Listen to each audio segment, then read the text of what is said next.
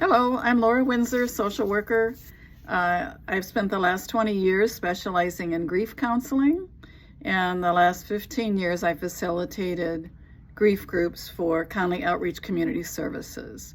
I've learned over the years that grievers often turn to books, and I'd like to tell you about a book called Healthy Healing, A Guide to Working Out Grief by Michelle Steinke-Baumgard.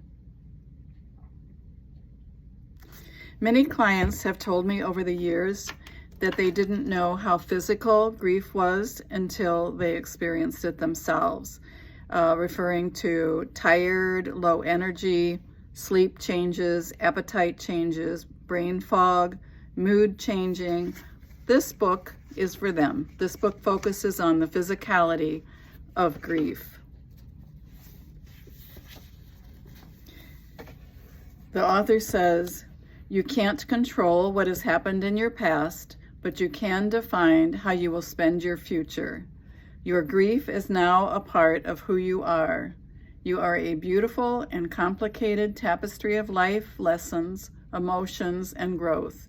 You are changed forever, and you can choose to cope in a healthy and ultimately empowering way, or you can choose to numb the pain. I'd like to help you choose healthy healing. I'd like to help you find strength and power through all that you already possess inside you. Step forward into your future while honoring your past. Take your grief and allow it to remind you to live. Never move on, but always move forward." This book focuses around exercise, nutrition, happiness, and personal growth. The author comes up with a 12-week plan to address those 4 areas, and each week focuses on a grief-related theme. She says, "You will be full of energy, empowerment, and life, maybe for the first time ever." And I'd like to give you one example from the nutrition section. She says, "So much of how you feel, how much energy you have, and how healthy you are comes from nutrition. To help your body deal with the stress of grief," she says in the nutrition section, "eat foods high in antioxidants," and I would like to give you some examples. She includes a list of foods with beta carotene, apricots, broccoli, butter, cantaloupe, carrots, milk, peaches, pumpkin. She has several more. Foods with vitamin C, blueberries, cabbage, cantaloupe, kale, kiwi, oranges, peppers, spinach, tomatoes. And the last category, foods with vitamin E, apricots, fortified cereals, nuts, seeds, vegetable oils, and whole grains. So in her 12-week plan around nutrition, she says to set a goal, an overall goal. It might be something general, like eat more fruits and veggies.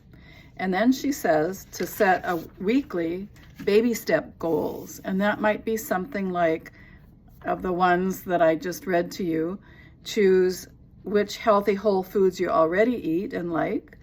It might be identify which healthy whole foods you're willing to try.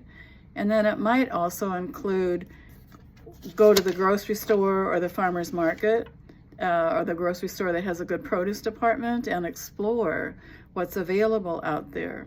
Once you have your goals in place, she suggests write a letter to yourself and answer the question, why do I want to incorporate a healthy lifestyle into my journey, and list the reasons.